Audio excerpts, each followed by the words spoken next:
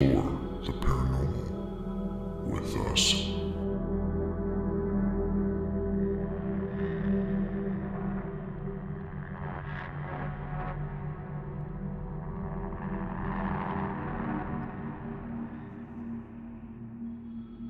Welcome to the Necromancer live show. This stream will begin in time. Thank you for your patience. Grab a drink, sit back, and explore the paranormal with us.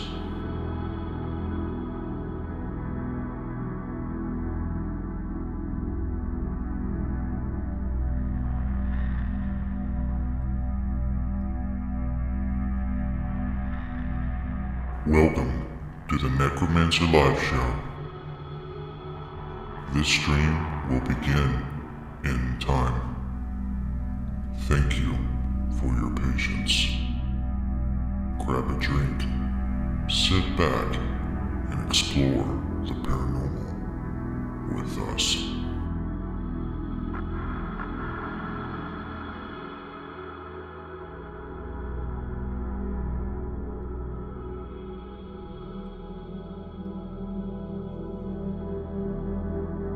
Welcome to the Necromancer live show.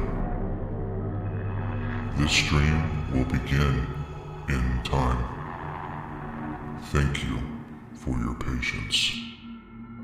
Grab a drink, sit back, and explore the paranormal with us.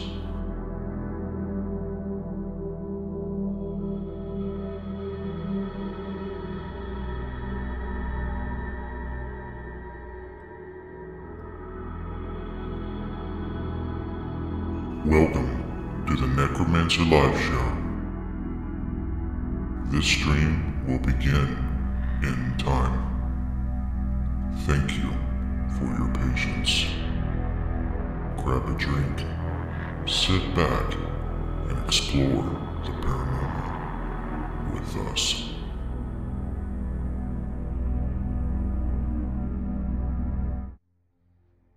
As far back as I can remember, I dreamt of a normal life. A life filled with normal things. A life where monsters don't live in closets or under the bed. A life where ghosts aren't real. I just wanted to be normal. But that didn't happen. It wasn't meant to be. Since my early 20s, I have experienced profound paranormal events that would change my life. Extreme poltergeist activity, living amongst those that have departed this earth in ways unimaginable. It has affected my loved ones and children with no end in sight. I could hear things, see things, and feel things not of this world. I asked myself if this was a gift or a curse. With the help of my mother and close friends, I emerged a paranormal investigator. Since 2013, I have been on a relentless journey to learn about the paranormal. I invite you to follow me into the unknown. Welcome to the Necromancer Live Show.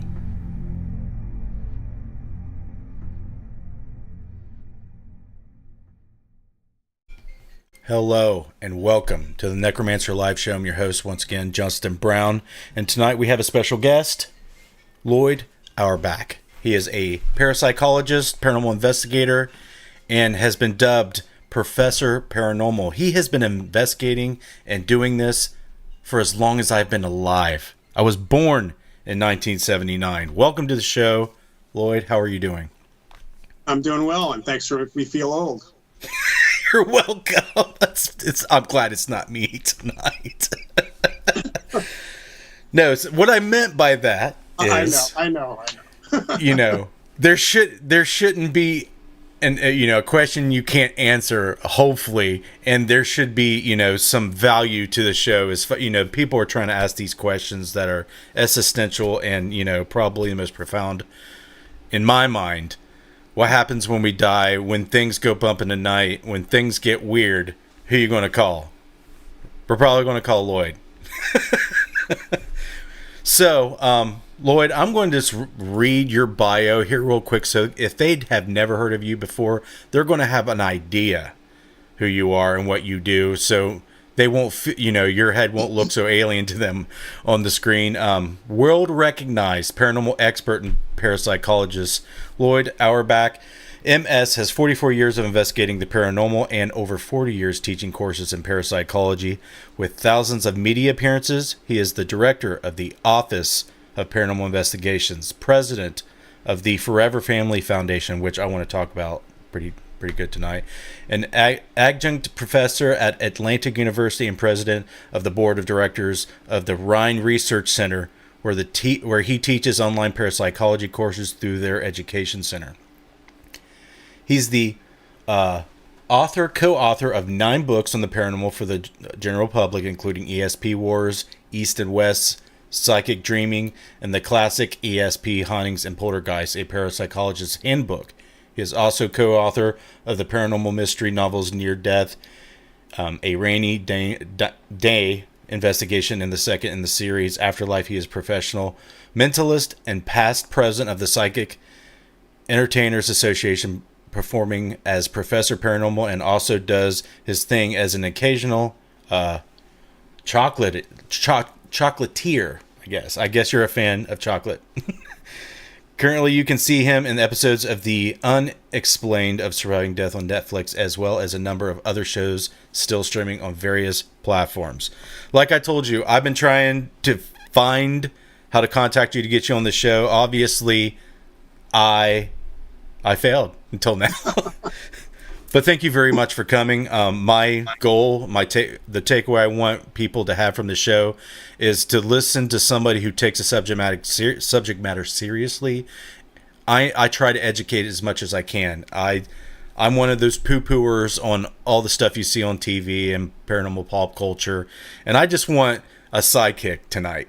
Or maybe I could be your sidekick in your endeavor, because I'm sure you have been, screaming from the soapboxes and the pedestals for years about this stuff. So the first thing I want to know, and the first thing I'm curious about when I talk to folks that are into paranormal research investigation, what got you into it? I know it'll take you some years back, but was it an experience, or was it just a general interest or some intrigue you had? Kind of take us back to the origins, and then maybe we can try to navigate through there.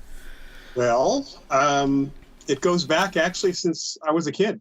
I think it really was my interest in or addiction to comic books, science fiction, science. I was a little science geek to some extent, and television. My dad actually worked for NBC, so I had a TV in my room when I was 2, and I was a fan of shows like The Twilight Zone, and especially One Step Beyond, which dramatizes real psychic experiences, and also a show called Topper, which introduced me to ghosts beyond Casper the Friendly Ghost. But it really was something that caught my interest, which is kind of more supernatural. And that was a TV show called Dark Shadows back in the 60s. It was a soap opera. It's on a number of streaming services. And it had vampires and werewolves and psychics and things. And the first time I ever heard the word parapsychology was on that show, even though I had read it in the Superman comic, I think it was, before that. And that sent me to the library to look for books on parapsychology, and which happened to be in the same area, unfortunately, in the Dewey Decimal System as vampires and werewolves and witches and things, too. I found that there were science books on parapsychology. This was when I was about 12 or 13 years old. Probably closer to 13 in many respects, because I had been also a big fan of the new Star Trek show, which was brand new in the 60s.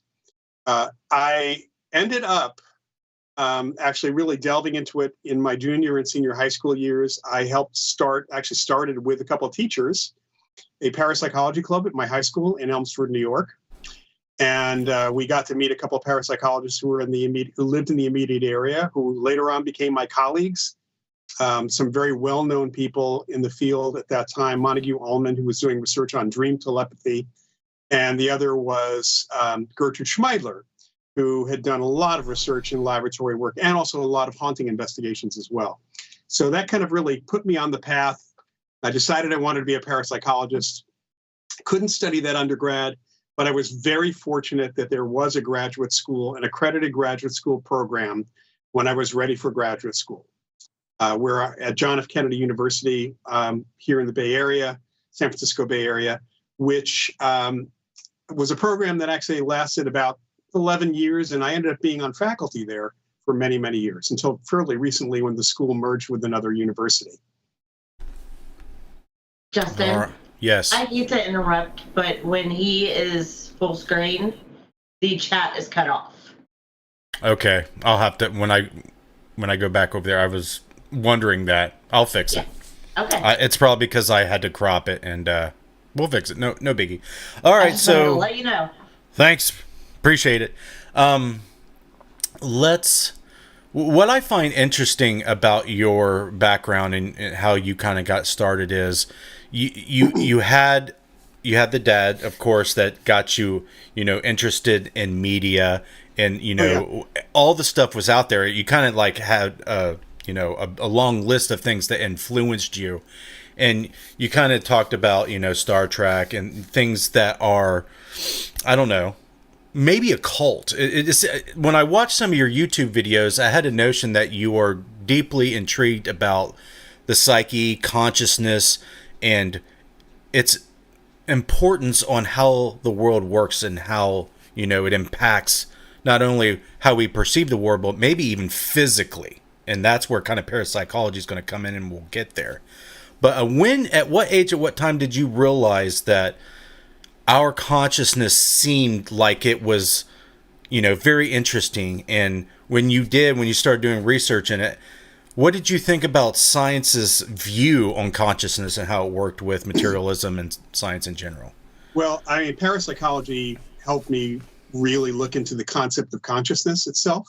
Mm-hmm. There's three areas that parapsychologists study. One is extrasensory perception, the other is mind over matter or psychokinesis, and then there's survival of bodily death. Mm-hmm. And all of that, and I grew up in the 70s for the most part. That's when we had our club. And there was a lot of occult books. I got still a lot of them in my shelves. It was known, the late 60s, early 70s were known as the occult explosion in publishing, and mass market paperbacks on parapsychology, but just about every other weird topic was out there. So I read I kind of consumed a lot of that. Most of it ended up being folklore. The science of parapsychology really got me into considering that we had a mystery here. I mean, in many respects, I could not understand why there were not more resources being put to parapsychology, considering how much of a mystery and what the implications are for human beings and human potential for our consciousness connection. Psychology doesn't study consciousness. Psychology studies behavior. Hmm. So parapsychology studies effects of consciousness on the world and on us directly, and possibly survival of consciousness. So it was really that question. However, I want to also say that at the time, academia wasn't that prejudiced against parapsychology, not as much as it has been since the Skeptics organization got started in the late 70s and really created an influence on academics. So it's been a kind of a dwindling dwindling opportunity in mainstream science, which is starting to open up again because consciousness is no longer a dirty word in the sciences. In fact, it's a major question that's across all disciplines. Right. They call it the hard problem of consciousness. And when you start educating people on quantum mechanics, you have to address it, because when the double split experiment came along, there was a lot of a debate with, what the observer was.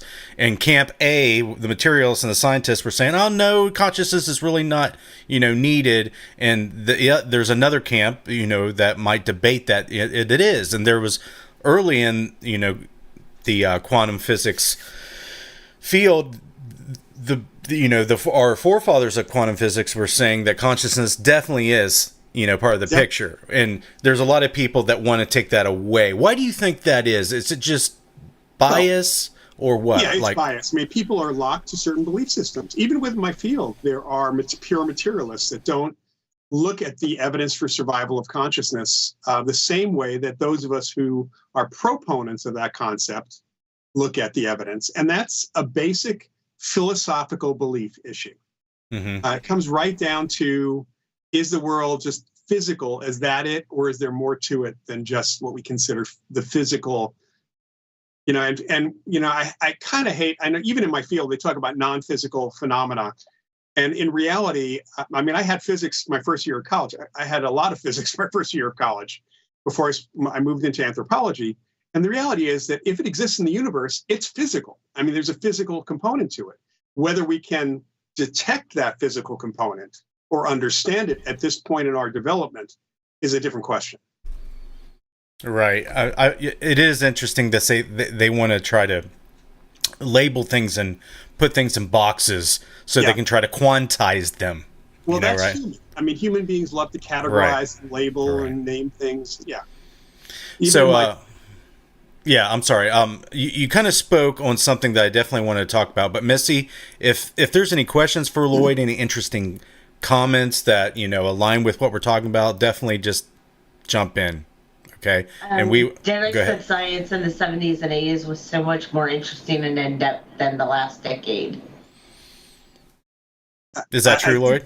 I think there's something to be said for that. I think that we live in a world of wonders right now. Not just our technology, but some of the things that are being researched in so many levels. I think it was it a few days ago, the Lawrence Berkeley National Laboratory announced that they got more energy out of a fusion experiment than they put in, which is amazing.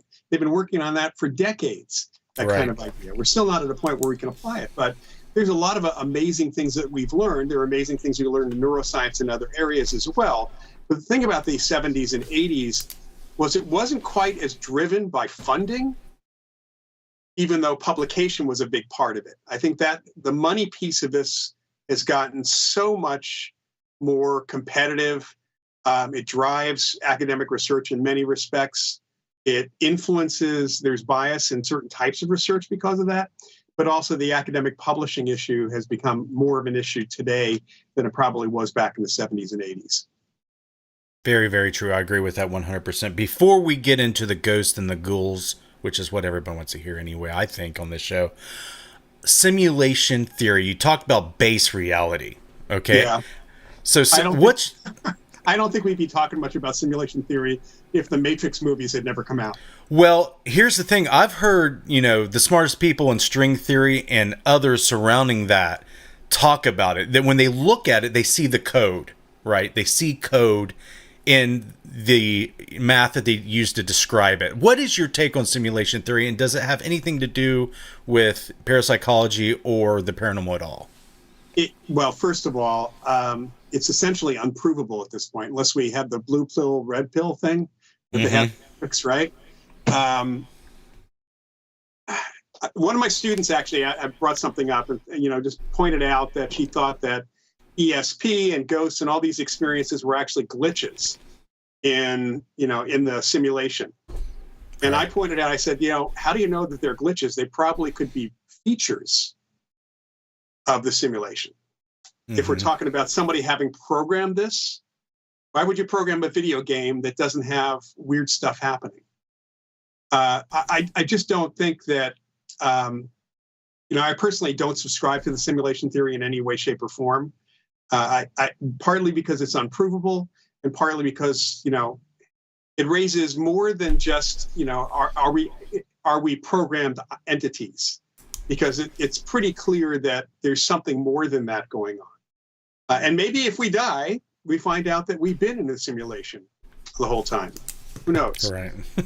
Well, the reason I ask is, it kind of is an interesting thing when you look at consciousness and dualism, consciousness being outside of the brain as a non-computational phenomena. Right. Okay. So if you're looking at, there's things that we're almost like avatars in a way. We're kind of trying to find metaphors, and we're trying to find ways to describe. Yeah, but, I mean, if you want to, one of the concepts of consciousness is that consciousness is out there. It's in the cloud, right? Mm-hmm. And we are the interface. The receivers. The receivers, and physically, we're the interface for that consciousness. So technically, the physical universe could be a simulation of sorts, with the consciousness being outside that simulation, working through like a game player working their avatar in that respect. But the idea that consciousness is more than the body comes out in a lot of examples of brain damage, where or situations with the brain where it seems that you damage the brain, you damage, the person's consciousness gets damaged. And yet there are circumstances where their brains get rewired, or there's hydrocephalia, where there's significant portions of the brain that are liquid, have no neurons in there at all. And they can still function in a completely normal way, which makes no sense. I mean, there are examples of brain activity or brain function misfires or bad problems that certainly belie the idea that consciousness is just a function of the brain. It's more than that. On the other hand, if you have brain damage, and the example of using it as a evidence that we are just the brain and the person can't communicate, can't do things, well, if I damage my TV set connected to a streaming service or cable, the streaming service still continues, even though my interface is not working. So if you look at consciousness being outside the body as well, coming into the brain, whether it's out there or even right around here, the interface is the interface. It's not necessarily all there is for consciousness. Right. Hey, I'm sure you've read Eben Alexander's story. Oh, yeah, I know. I've spent time with Eben back because he spoke for us at one of our Forever Family Foundation events. Right. I think his case is one of the most well-known, publicized examples of the brain not being the primary facilitator of consciousness. Like, right. It's amazing every time I hear him talk, or I read the literature on his story. It's mind-blowing. I talk about it every once in a while on the show. I hope everybody goes read his book and watch the videos, because it's a great example of how consciousness is not, it cannot be a computational function of the brain. It doesn't seem like it's possible. Anyway, go ahead. Derek said maybe we do have the blue pill, red pill phenomena happening. It's just called vaccines and drugs. Well, it's interesting that they show it like that, right? It'd be more likely to be hallucinogens, things like that cause serious altered states of consciousness. Yeah. That's a rabbit hole that we probably don't want to go down in here. No. We definitely want Loyd to kind of do his best for a layman to explain parapsychology. What is parapsychology? How do you get involved? What is your, primary involvement? Help us out. So parapsychology is the science, because it is a science. It follows a scientific method. It is a science that studies interactions between human consciousness and the world around it in three different ways. One is information we get without the use of our senses. So we get it through direct perception of the environment, of other people, other people's consciousness. We call that extrasensory perception. It is not a sense. It's not the sixth sense. It is, in many respects, should really be called non-sensory perception. Perception itself uses the senses when we're talking about sensory perception, but what we perceive is not always what is really there. Right. So ESP brings more information in that is physically pulled in by our normal physical senses. And then we study psychokinesis, which is mind-matter interaction. That means it's consciousness's direct impact on matter and energy. Energy is also physical, whether it is near or far away. And, in some respects, we consider things like the placebo effect an example when it affects the physical body. It's an example of psychokinesis, or PK. So it's not just moving objects or bending metal. Psychic healing falls into that. Affecting computers and other devices falls into that. A lot of the significant powers of DC and Marvel heroes would fall into PK as well. And then we study an area called survival of bodily death, which is really what got our field kicked off initially in the 1800s, it was 1880s, as psychical research. And that's kind of an interchangeable term. And we look at various examples of evidence for consciousness surviving the death of the body or existing outside of the body itself. So it runs the gamut from out-of-body experiences to near-death experiences to apparitions or ghosts, to the evidence we gather from evidential mediums, and to situations or cases with children who remember previous lives, what is often called reincarnation. So that's the spread of what we study. We study many of these things in the laboratory, but we also study people's experiences outside the laboratory because their experiences give us ideas of what to study under controlled conditions, and then the findings from the laboratory can be applied or looked at in relation to the experiences people have in their real lives.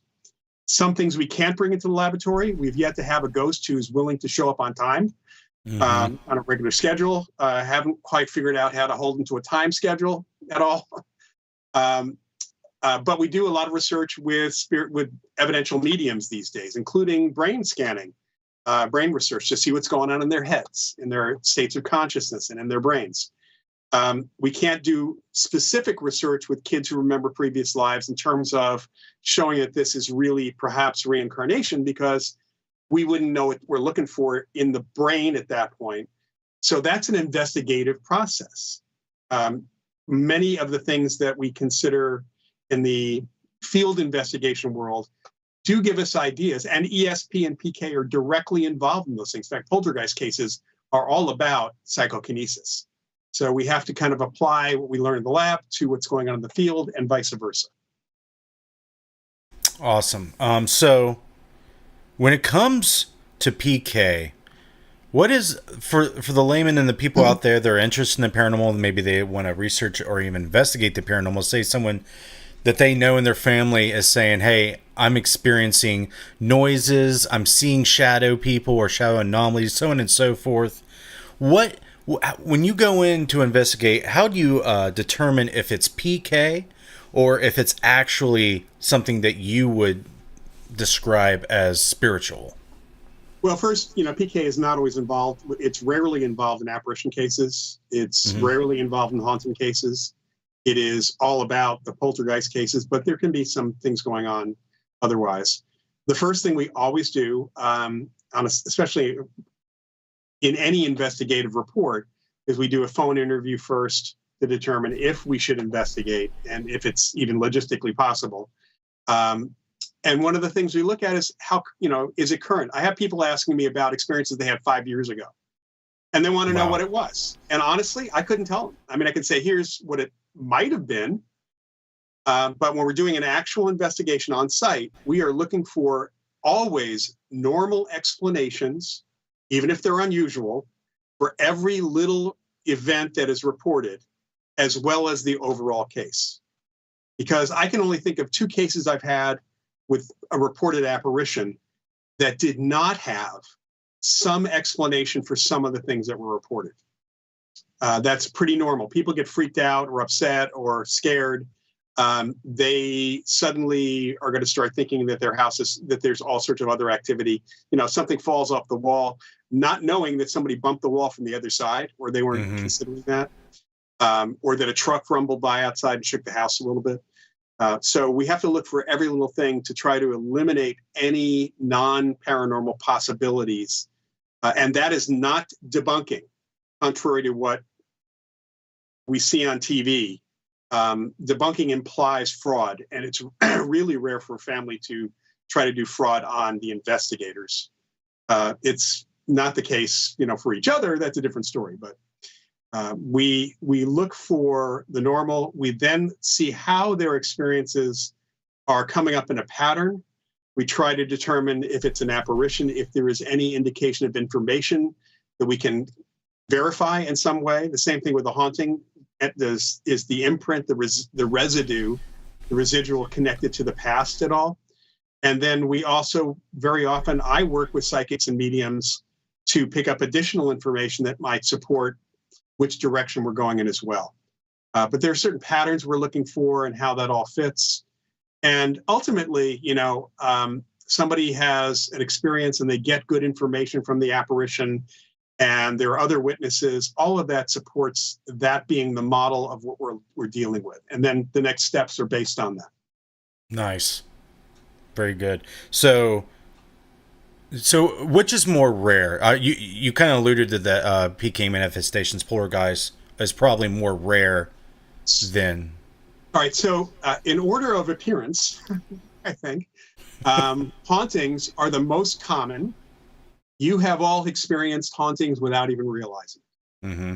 If you have ever walked into a house or a building and gotten a weird feeling, if you've been house hunting or apartment hunting, and it felt good vibes or bad vibes, and that connected to the people who used to live there, who were selling the place, or the previous owners, whether they were alive or dead. Death has nothing to do with hauntings whatsoever, except in very rare instances. So we pick up the imprints, the psychic residue left by people, living people, constantly. Sometimes it's just emotional. In fact, most of it's just emotional. But every once in a while, it'll be something we perceive in a visual or auditory manner, even though it's not really physical. That's the most common, because living people leave stuff behind all the time. Mm-hmm. Poltergeist cases, it's hard to know how many there actually are, because most of them are so short-lived. They may only last a week and a half or 3 or 4 weeks. And by the third or fourth week, when somebody is so freaked out or the family's freaked out and they try to contact someone, it may be already over. So it's really hard to know. And they may decide not to even report it if it's stopped. Because poltergeist activity, that real physical telekinetic temper tantrum, you might want to call it, or stress relief valve, so much is related to an individual's stress, or on rare occasion to their neurology, to what's going on in their brains. But on a daily basis, and this is again something I have to point out, is that people have experiences with BK in their lives, not infrequently, if you are someone who gets frustrated or stressed out. And what we're seeing typically with things is, for the most part, the effects of the things happen or affect our devices. So if you are truly, this is something I used to talk to college students about when I used to do college lectures. I asked them the question, how many of the students were like me, waited to the last minute to write their papers, to turn them in, or study last minute, and they were really frustrated or stressed out about what happens next, finishing that paper, finishing things, especially if you're writing a paper. Suddenly you have problems with your computer. You have problems with your printer. You can't print it out. The computer's not behaving properly. And that can happen, of course, for a couple of reasons. One, you could be hitting the wrong combination of keys for whatever reason, because you're stressed out. Two, it could just simply be Windows or something on a Mac, because, that used to happen more frequently than today. Or three, it could be that your stress is affecting the device. And I've talked to people as far back as the mid-'80s here in Silicon Valley who actually had found that the mood and stress levels of operators of computers and other devices often cause the devices to malfunction or not function properly. And we even have a whole section of our study in parapsychology called human-machine interactions. So people might have momentary instances of that. You can call them a mini poltergeist event. I've had a lot of those happen to me over the years. I've even had physical things move on occasion for me, when I've been frustrated, or generally when I'm really bored. That happens too. So when you talk about people who are stressed out, would you label them as a PK agent, or would that be something different? Yeah, so in a poltergeist case, we call them an agent. I think that otherwise, most of us have some degree of that kind of stress relief. It's typically very momentary. It typically doesn't last very long. It can be an object, falling off a shelf. It can be an object breaking. I've heard of that happening as well. Mm-hmm. That goes back actually quite a ways. It could be cases of what one of my colleagues called JOTT, J-O-T-T. Those are especially situations where you put something down and you're really stressed out and suddenly you're running around looking for your keys, and you put them on the table, and somebody saw you put them on the table, but they're gone. Aports, right? Well, they apport away, they teleport away, and they apport back. Yeah. Jot I have is. the best question of the night. Uh-oh. Here. I wonder if that causes battery drain too. Yeah, it's possible that that's causing battery drain. I know that people doing investigations with apparitions, with ghosts, which are pretty rare when it comes down to it, in terms of actual apparitions or ghosts sticking around for a long time after death. Most of the time, they're momentary experiences with somebody who has just died. But there have been battery drains. We've actually experienced that in a couple of our cases over the years. But what's really interesting is it's not consistent. In fact, it's the idea that the ghost is draining the battery for energy, that's pretty clearly not what's going on. Just like people are saying that we have cold spots because the ghost needs the energy to manifest. Well, the ghost is not even manifesting. That apparition is possibly playing with your devices, playing with your battery. We actually had a case where the batteries were draining, fresh batteries on camera. I was doing a TV pilot, actually, and we were in a place in Florida. A lot of activity had been reported, apparitional activity going on and physical activity from the apparition, and the batteries kept on draining. We also had some things going on with our video recorder as well. And we went back out to the van to replace the batteries, and as soon as we walked outside the door, the indicators shot back up. They were full. We walked back in, they shoot back down. And we didn't know if there was something going on with the connection to the indicator and the camera, or if the battery was actually being drained at that point. So we do know that they don't have to drain the batteries that way, but that can be something that living people can do as well. And that does happen. That is one thing that does happen around people when there's no indication of an apparition at all. Just like effects on other devices, including EVP, can be from a living person, a living agent, not an apparition, not a ghost. Okay. This is turning into a lot of questions from me. So first thing I want to ask, you talk about, people, they're experiencing hauntings all the time. Do you believe that if psychic phenomena is real, that most people have psychic ability and there's just a wide spectrum of how sensitive you are to it? And kind of go into if yes, how is it possible for someone to, generate more psychic ability? Okay. Well, first, J.B. Rhine, who started the Duke Parapsychology Laboratory with his wife Louisa and his mentor William McDougall back in the 1930s. That laboratory is the laboratory that became the Rhine Research Center, not affiliated with Duke today. He researched ESP and PK from the perspective that it was distributed across the entire population, that some people had more of it or an aptitude for more of it, and others not so much. What we've learned over the years is that everybody has an aptitude for some level of psychic ability, but the application, the thing they can do with it, may be different. So some people might be more prone to do PK, others might be more prone to do certain forms of ESP, whether it's precognition or real-time stuff, remote viewing, things like that. And even in very specific applications of PK, like, okay, they can bend metal, but they can't do anything else. They can move an object, but they can't do anything else. They can be a healer, but they can't do anything else. So it's kind of like artistic ability and musical talent or musical aptitude for certain types of instruments or music. So that's a piece of it. People can learn to be more psychic, but one of the things that's important that I've learned from some of the psychics and mediums I've worked with, mainly the psychics I've worked with, and especially my late investigative partner, Annette Martin, and the first psychic I worked with at all was Alex Tanis back when I was working at the American Society for Psychical Research in the early 80s.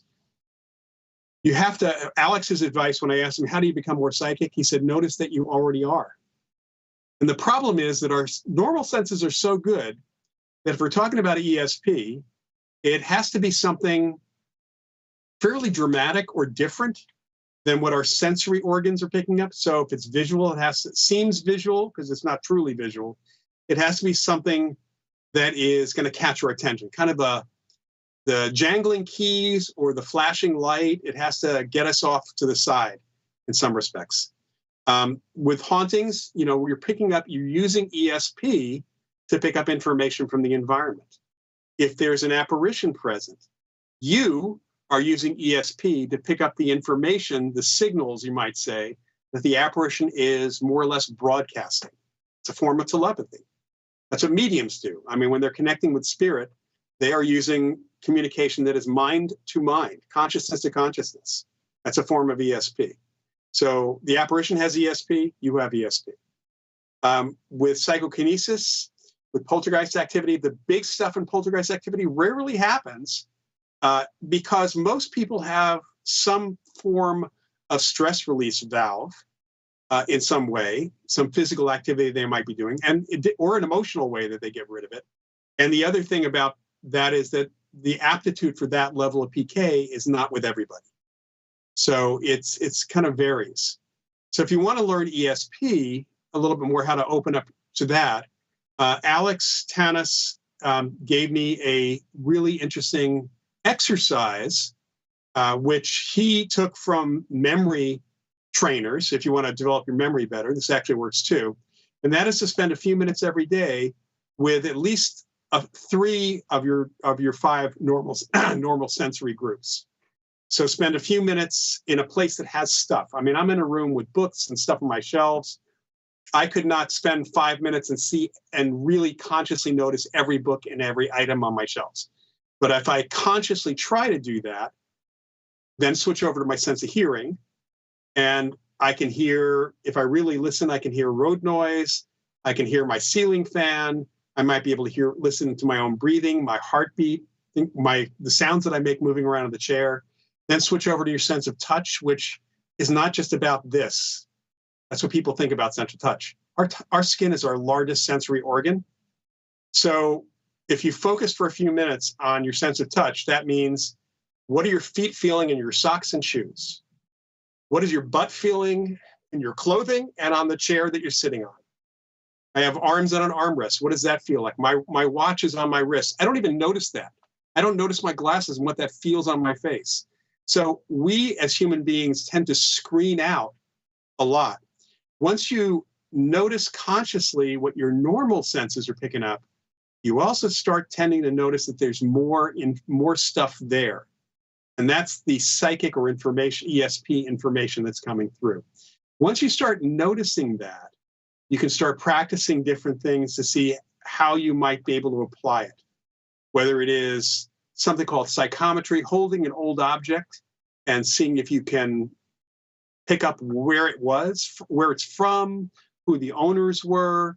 Go to an antique shop, just touch things and see if you get any imagery. Don't even try to verify it at that point.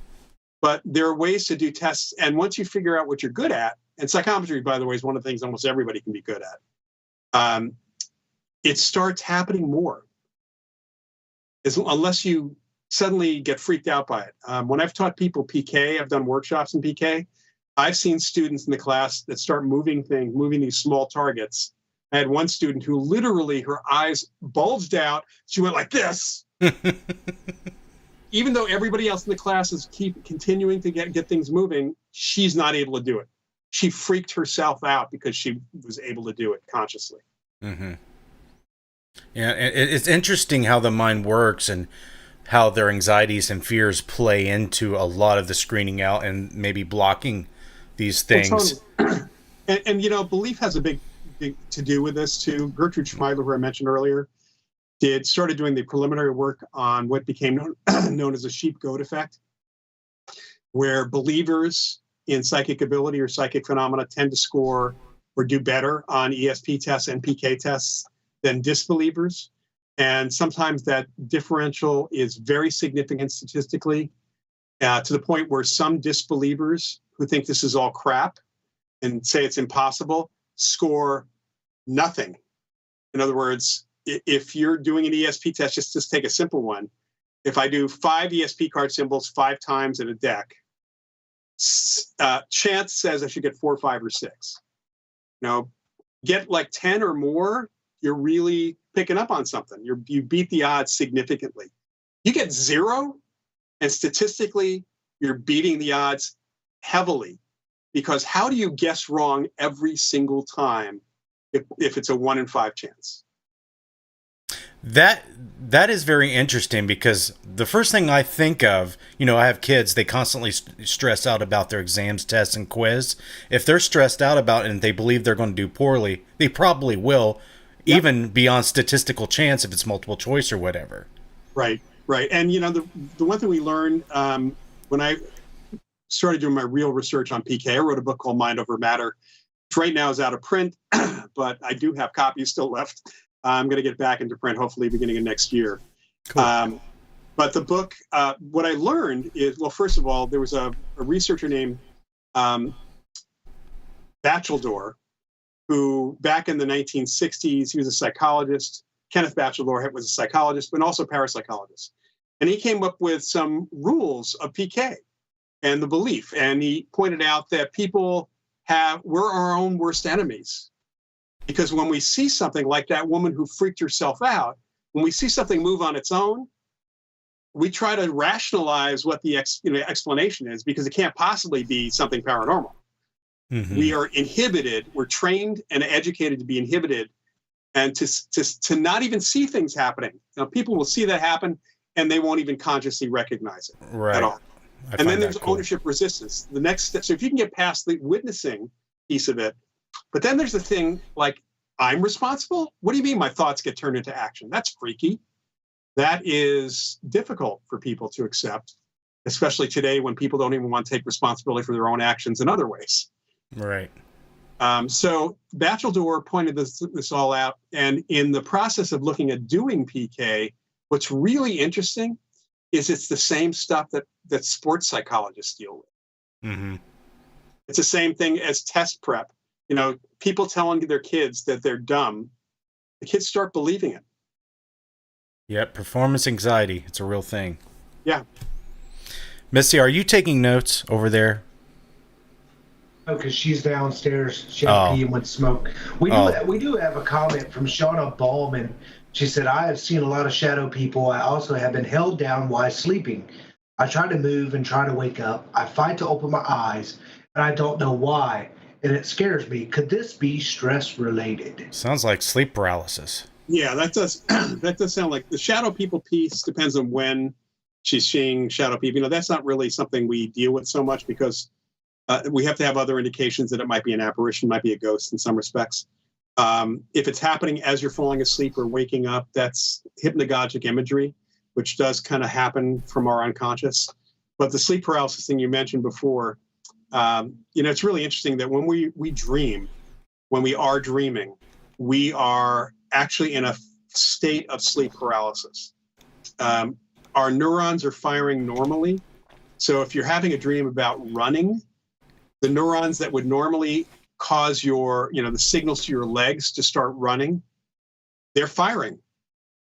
And if there's a malfunction of sleep paralysis at that point, you're going to be running in bed.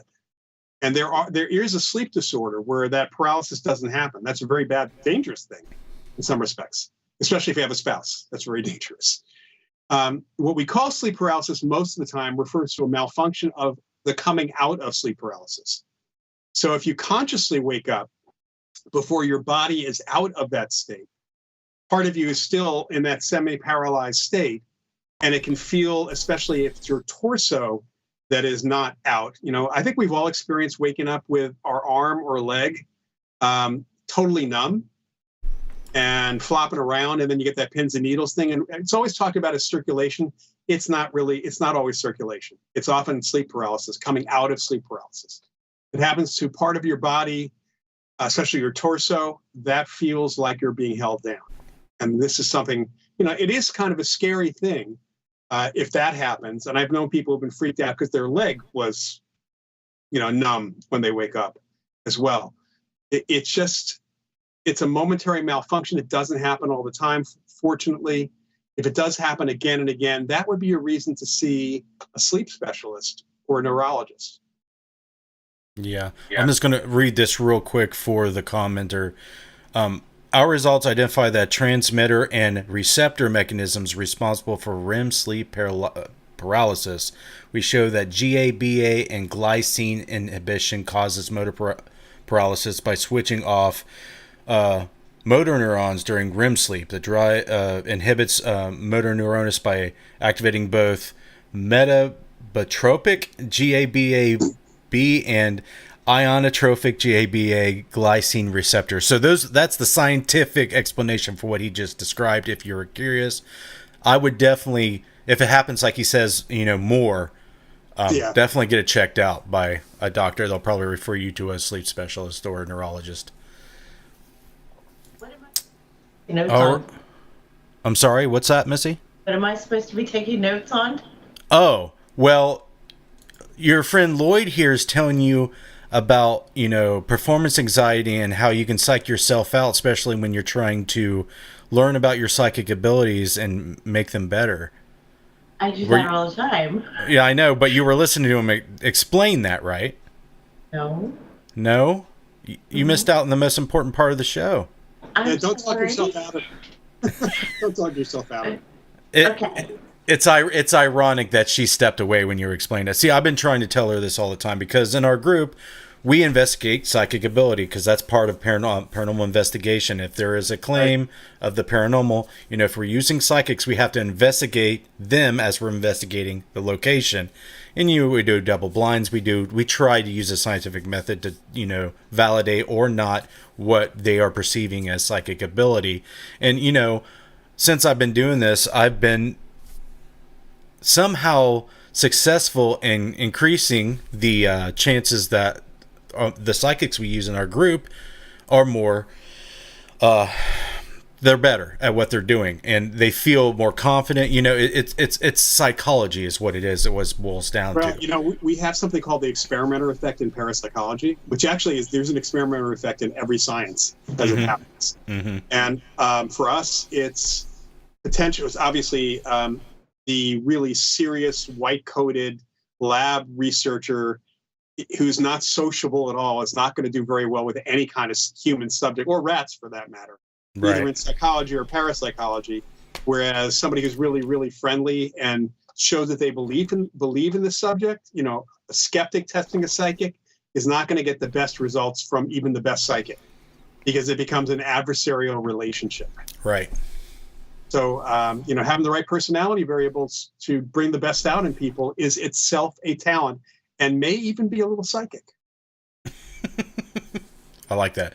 So, before we shift gears and go into our little break here halfway through, when I take a look at parapsychology and I see what living agents can do, and since if consciousness survives death somehow, wouldn't it be fair to say or accurate to say that generally what living people can do psychokinetically or ESP wise, can those that we call spirits or the survival of the consciousness, don't they have the capacity to do the same things? Is the mechanism still there? Well, first, ESP is how they perceive the world. I mean, think about this. Ghosts don't have physical eyes. They have no retinas to receive light to generate anything. They have no ears, no eardrums to register sound. They have no way to touch anything physically. So everything is a psychic or ESP performance. That's a natural thing right off the bat. Right. The PK thing, it's not natural. It's not a normal thing that most people do. So we can't expect that ghosts suddenly know how to do it when they die. Okay. Dying does not significantly improve your IQ, to quote or to paraphrase my colleague Charlie Tart, or you could say that dying does not suddenly open you up to the universe to know everything in the universe if you're sticking around here as a ghost, for example. So there's a learning process. What's really interesting, I've had cases over the years, and looking at the history of the apparition. These are cases where there were pretty clear indications that what they're experiencing, witnessing, fits into the apparition, the consciousness surviving death model. Physical stuff didn't happen right away. In fact, sometimes it took months, maybe even years, before anything physical happened. And I want to point you to an example in the media. The movie Ghost, which came out in 1990, with Patrick Swayze. In that movie, he is moving around New York, and he sees this ghost on the subway knocking newspapers out of people's hands. Right. And he corners the ghost, and he says, "How you doing that?" And the ghost gives him good advice. You don't have a body. You don't have hands. You don't really have hands to do this. So you have to think. You have to think about making something move.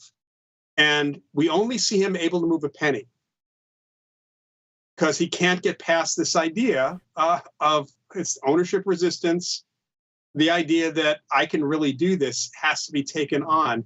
And perhaps ghosts have more of an aptitude for it, but they have to believe they can do it. And they have to exercise that. Thank you. Ghosts are people too. They they carry with them the same personality and beliefs and all that stuff after death. Yeah, you kind of pointed made some points that I didn't quite ever think about in such detail.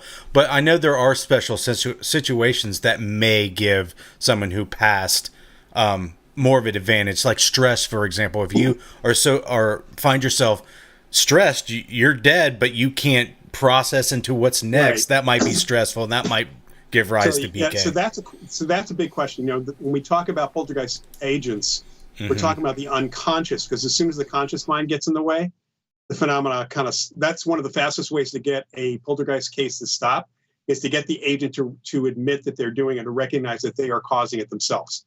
Okay. Because that ownership resistance kicks in right away. Gotcha. So then there's a question of, if there's a ghost who's stressed out, do they have an unconscious still? Is it all conscious mind? I mean, what's really going on there? We don't have any way of knowing. Well, I think the prerequisite for subconscious would be consciousness, right? Oh yeah, of course it is. Okay. It is. But can the ghost allow the non-thinking? Is there a non-thinking part of them? Well, if there's a thinking part of them, there might be a non-thinking. I'm just trying to. No, I understand. We just don't know. Would it be safe to assume, though? It's hard to know, because we don't have the kinds of poltergeist outbreaks. We don't have that kind of activity that we see in poltergeist cases with living people. Okay. We sometimes see a lot of big physical activity, right? But it's purposeful. It is not chaotic. It's not chaos like you see in poltergeist cases. Okay. Fair enough. Yeah, it seems intentional, and that's not what we see in poltergeist cases with living people. Another interesting question. Sorry to jump around. I got these notes here. I don't want to miss them, because when I rewatch this, I'm going to try to educate myself on this. So I know a lot of people, they theorize and they think about, when you're in the spirit world, for lack of a better term, does time exist like it would here? And if not, that would probably, you can infer why, like you just said, it may take years for a physical, manifestation after someone has passed or whatever to occur. Is that because it takes a long time for the effect, or is it because time is different? Well, there's two ways to look at this. First of all, we're dealing with two types of spirit, if you want to talk about it this way. There are those that are stuck here, and I say they stick themselves, by the way. This is not like there's a curse that's something makes them stay. It's pretty clear. I deal with evidential mediums through the Forever Family Foundation. I've worked with mediums in investigations. And to them, there's a difference between the apparition who is on the USS Hornet, for example, which is a very haunted aircraft carrier here in the Bay Area. They have decided to stick around after their death to support the ship. There's a difference between them and the people who are reportedly communicating back from whatever the other side is, or that next level of existence. The spirit world, that would be the spirit world. The apparitions who are haunting houses, they are not in a spirit world. They're in spirit state perhaps, but they're still in the physical world as we think of it. Earthbound is what they like to generally say, right? Yeah, earthbound's a good term. And from the communications with those folks, we hear that they don't pay attention to time. Time doesn't pass for them the same way. And that makes sense, because unless they're watching a clock, they don't have a body, and therefore they don't have a body clock. They don't need to eat. They don't need to sleep. There's no requirements of the body. So time would not be the perception of time. The sun, it doesn't rise and fall. Right. Yeah, it's not the same way. I mean, they will notice that about the world, Right. but they're not going to react the same way. Those on the other side, we hear from mediums constantly that there's no time there. Time does not pass the same way it does. It's relative to, to here. It just kind of it's hard for us to imagine a timeless world where time doesn't actually happen. So, but then again, there's so many models and theories about time, even in the physical universe, which are everything from it's just perception, it's not even real, to it's a physical quantity. It doesn't even pass the same way or at the same rate across the universe for a lot of reasons. So, it's time itself is a difficult question. Yes, it is. And it's something that I've been really trying to work into my model that I'm trying to get, I'm working on. My main goal in my paranormal work is to try to create a model to explain some things that, maybe parapsychology has been working on, but haven't quite done it. But time is interesting because I ask, when I hear psychics and mediums say there's no time, I'm like, well, it must be some different form of energy, because all the physical energy fields we're aware of have to deal with time because of cause and effects dealing with that, and even when you look at waves of energy, there's frequencies and amplitudes, and there has to be time involved with that too. So if there is no time, how does energy do anything on our physical reality? Well, that's assuming that first of all, that's not even our reality. That's the big difference. That spirit world on the other side, when people transition, the existence is not necessarily at all connected to our physical world, except as they intend to communicate back somehow. So, but again, the apparitions here are subject to the physical world. So maybe they are experiencing some form of time. Again, they don't perceive time, but then how we perceive time. Let's talk about, going back to Einstein giving the example of time being relative. That I think he used the example of time dilation. No, time flies really fast when you're talking to a girl versus when you're sitting in a classroom with a boring professor. So they must be having some psychological state about how they're perceiving time. It's perception. It's their, they don't have a body clock. Part of our perception of time, and there's some physiologists who suggest that we don't just have, well, first of all, our five senses, there's more than five senses. There's five sensory groups because there's more than one sense of touch, for example, and taste as well.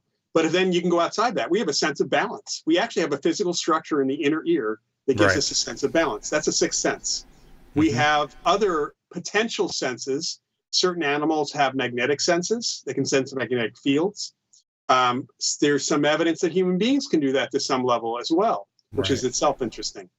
There are some physiologists who suggest we have an actual structure in our bodies, though they haven't put it down yet, which is a sense of duration, of timing. And that's controversial. And there's a lot of other controversial things. A friend of mine used to point out, then there's the seventh sense, which is your sense of humor. And it's too bad a lot of people don't have it. And I have to point out to the next one, which is common sense, which is a whole different thing. But a lot of that's perceptual. And if you're an apparition without a body, if you're somebody without a body, you can only define time by observing the passage of time, because you're not going to feel it since you don't have a body. Right. So what I end up looking at for an analog is when you dream, you have all this types of, events and things unfolding, but time seems not to be either linear nor, relative to what's happening. Like it may feel like a long time when it's not. There's been research on that. Stephen LaBerge at Stanford University did, and others have done this research with sleep lab, with dream state, with folks doing dream state work. The time does pass the same rate in the dream state that it does outside the dream state. However, I want you to think about this. You watch a movie, and that movie doesn't happen. 2 hours does not happen in real time. We see weeks, we have months. Sometimes, there was a movie with Dustin Hoffman, which called The Little Big Man, which covered over 100 years of a person's life. in something like 2.5 hours. How do they do that in cinema? Through cuts. In the old days, they used to have calendar pages flipping by to show the passage of time.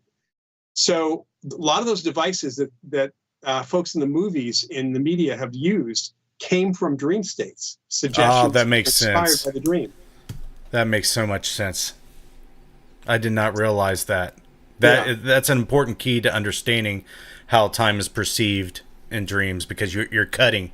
It's not like reality most of the time. You're a director in your dreams. Yeah, that's very fascinating. Well, Loyd, if you need to take a break, we're going to take a short break. Do what you need to do. If we're back on before you get back, it don't matter. Just take your time. You can come back whenever you want to. Okay. I'll be back in a couple minutes. Stay tuned, everybody. Watch this promo from Deadlight.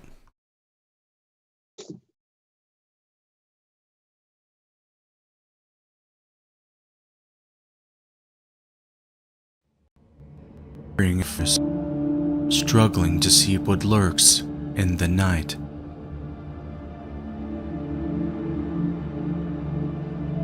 Working from the ground up and collaborating with hundreds of paranormal investigators, we have been able to develop a product that not only became the best night vision illuminator on the market, but became the last light that our customers would purchase for the rest of their lives.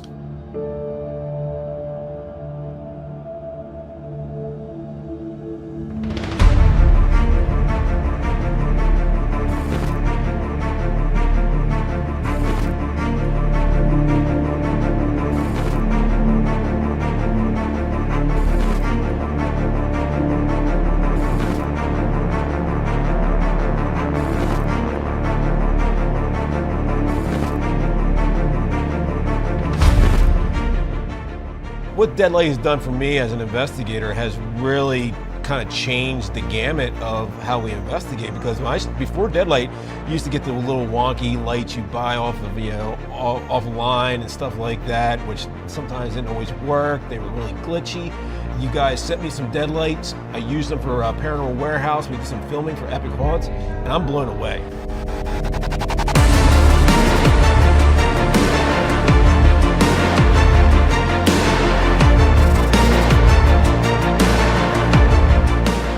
I think the quality of the merchandise that you get from Deadlight LLC, I think is top notch. The fact that it's handmade, by Josh, and the quality of it, and the craftsmanship that he puts into it, the time and effort that he puts into it, speaks volumes when the merchandise is received.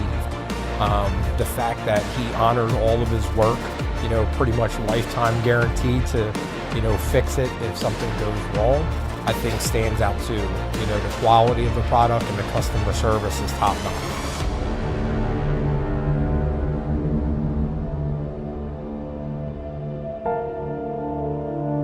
Whether you are a seasoned investigator or a beginner, Deadlight has a lighting solution tailored to your needs and your equipment. Deadlight is made for all who are not afraid to see what lurks in the night.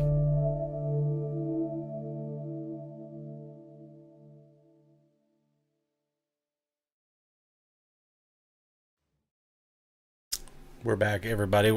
Before we have Loyd come back, I just want to thank everybody for tuning in tonight and sticking with us. I know there's a lot of information we're covering and trying to flush out, but I promise you guys, if you watch my show, you will find everything that Loyd has to say, truly fascinating and, informative, because I think one of the most important things we can do as, researchers and enthusiasts of the paranormal is try to make sense of the madness of it. And I feel like parapsychology and paranormal investigators who have done a lot of work, went to school, have got hooked up with, people who have, resources to understand this type of stuff is important. We need to try to help fund and try to help support, people at Loyd and all the foundations and educational platforms they have out there. And welcome back, Loyd.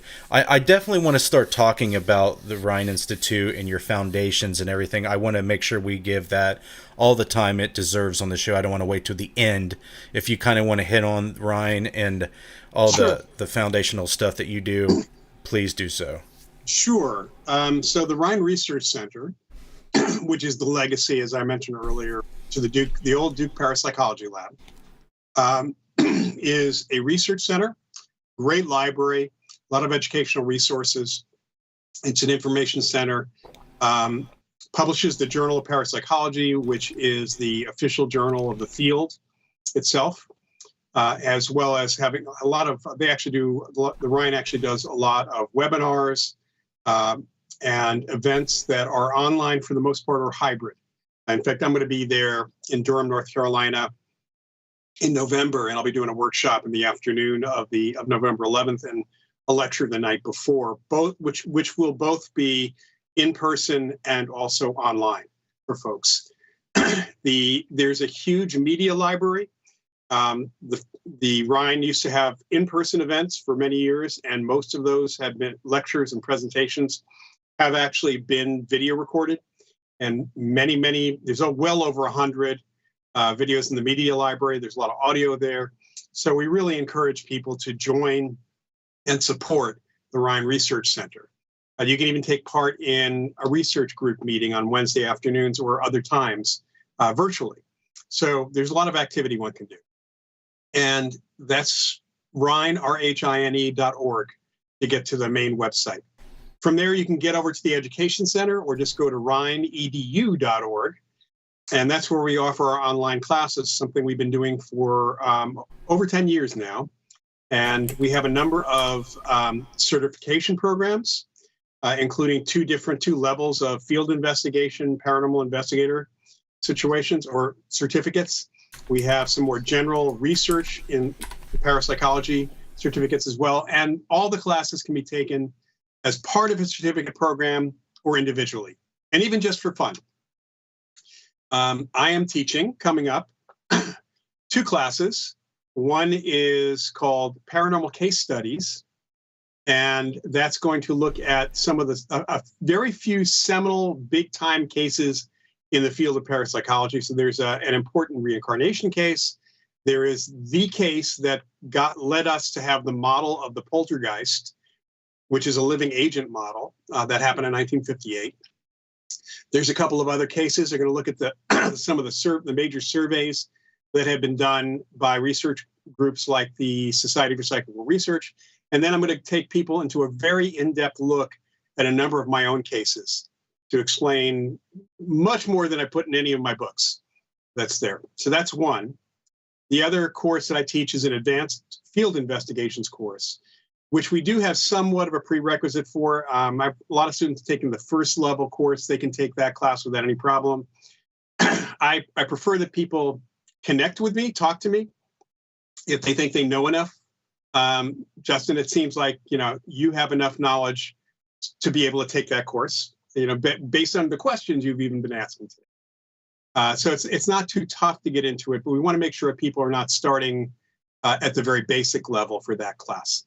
And then we're also offering a course, which is an introduction to parapsychology, taught by one of my former students, Jimmy Akin, who actually has his own podcast called Mysterious World of Jimmy Akin. So then there are a few other classes.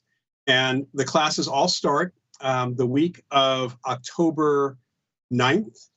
I think we may have a couple 4-week classes. Most of them go for 8 weeks. You can, again, take them for fun. You don't have to take them for a grade unless you want to be part of, earn a certificate at some point.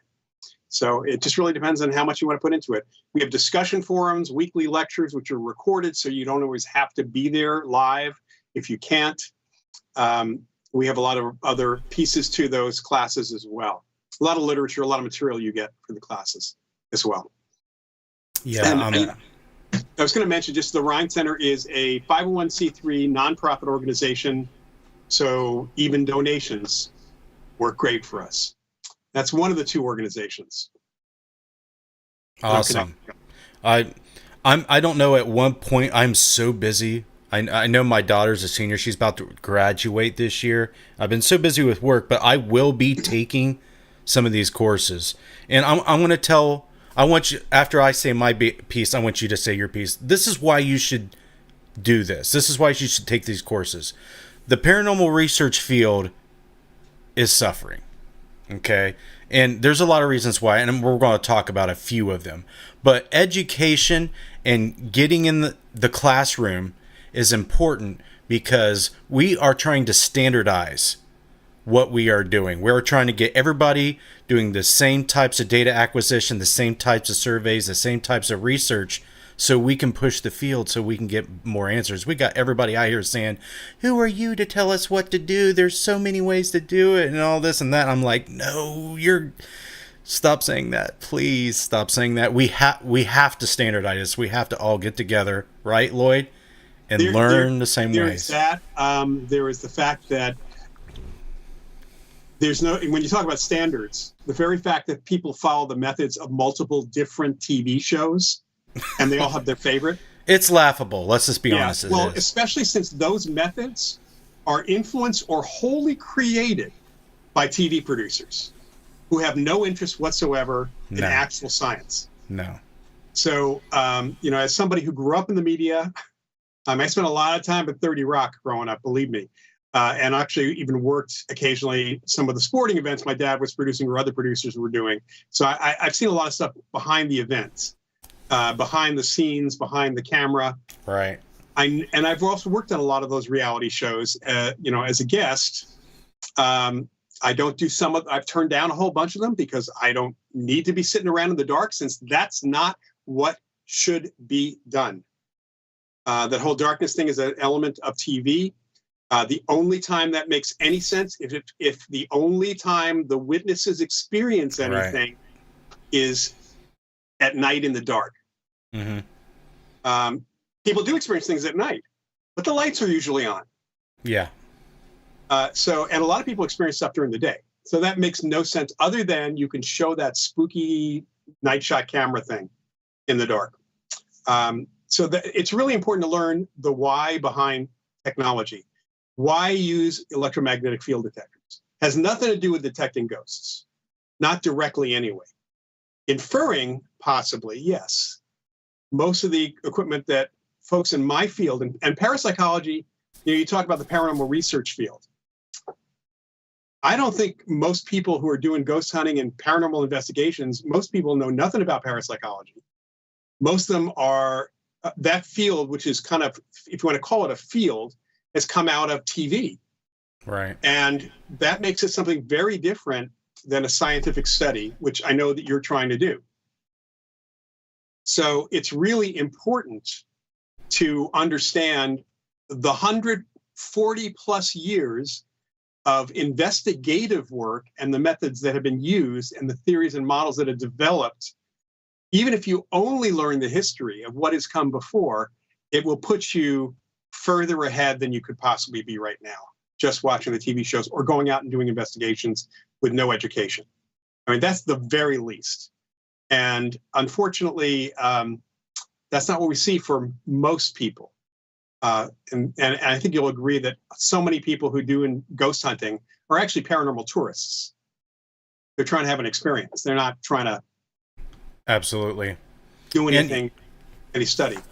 Yeah, and I've talked to many people, Steve Parsons, for example, Kenny Biddle, and they're trying to constantly advocate the idea of removing those things out of your investigation and your research. Your own bias, your own, humanness, nature is what is the most inhibitory factor of paranormal investigation, especially in Steve's eye. He echoed the sentiment quite often, is you have to eliminate your fascination with the shows and the paranormal, TV culture, because to be honest, that's 99% of all the groups that pop up now, including myself. That's how they got into it, because which is fine. But then eventually you should see the the farceness and all the things that are bad about it, and that should lead you away into the real stuff that you should be doing, because it's only a few keystrokes away, to be honest. Right. Right. Yeah. And, Steve, I use Steve's material in my courses all the time. And I know. taught a course with me. Yeah. There's two elements here. One is we have to be the observers. But we have to, as I mentioned earlier, we really have to do a good job of eliminating normal explanations, because you can't study something unless, or even identify that it's even there, unless you eliminate all the things that might lead you to think that it's there, lead you to believe that it's there. And there are so many perceptual things that cause people to make mistakes. The reason I got it, you mentioned I was a mentalist in my bio, and that is true. I was a magician doing magic performance before I moved into mentalism. So I was in magic for about 10 years, then moved into mentalism in the early 1990s, and spent a lot of time not only reading up, but also performing in front of audiences. Because there are a lot of people, even within my field, who have read stuff on magic and fraud and things like that.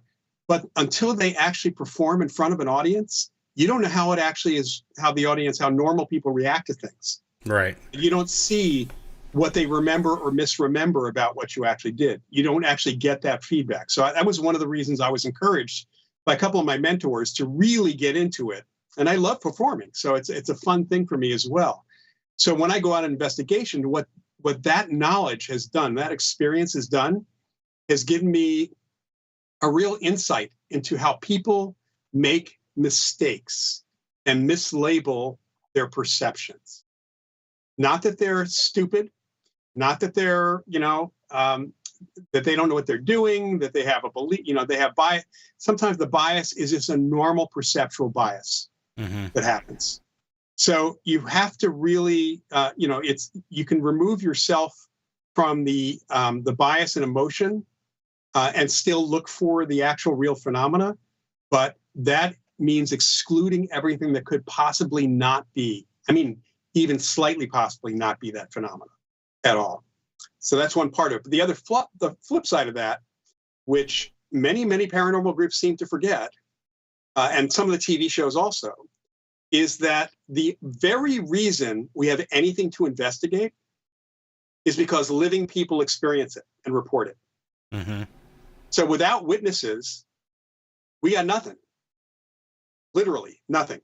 Unless they recorded it, because there's surveillance and stuff.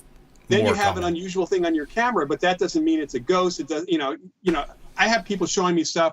Is that and it's interpreted differently by different. Well, let's take orbs, for example. Yeah. This is a good example. Yeah. All right. We know who promoted the ideas that orbs are spirits. That was Dave Oster in the mid-1990s, the International Ghost Hunter Society. That's where it came from. Before that, very few people thought anything about orbs in the photos, except people sometimes in the ET UFO community, many of whom got very upset when ghost hunters started saying that orbs were spirits, because they were looking at orbs as evidence for alien intervention or alien activity. And there was even a group of scientists, apparently, in New Mexico, I think it was, in the 90s, who were really upset because they thought that orbs in the pictures were evidence of interdimensional beings peeking through into our world. So there's actually very little evidence that orbs have anything to do with anything other than photographic issues of reflection and other things. And yet that's what people get excited about, because it's evidence. It's like but it's not evidence. Any video, it's not necessarily evidence what you think it is. That's the problem. So the question is, what is it evidence of? Is there another explanation for it? Back during the pandemic, I was reading, it was last year, someone had pointed me to a couple of articles on surveys done by real estate companies about haunted places, haunted houses during the pandemic, during the lockdown. And it was really interesting. The percentages of the numbers of people who reported that their house was haunted went up significantly. Apparently Gen Z thought it was like 75% of them thought that their house was haunted. And even the real estate people looking at the results said, well, they were locked in their homes for the first time for weeks at a time. They probably noticed noises at their house they had never noticed before. Right. Things about their house that we have not noticed before. So we have to always eliminate It's the old Sherlock Holmes thing. Got to eliminate what's possible. Right.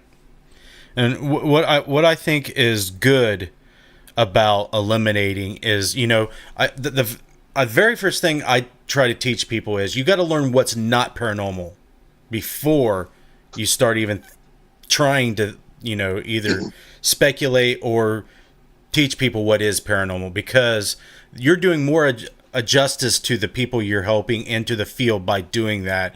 And there seems to be like the performance anxiety when you go to a place, you spend all this money, or there's money wound up into it, or if you're doing some type of video production.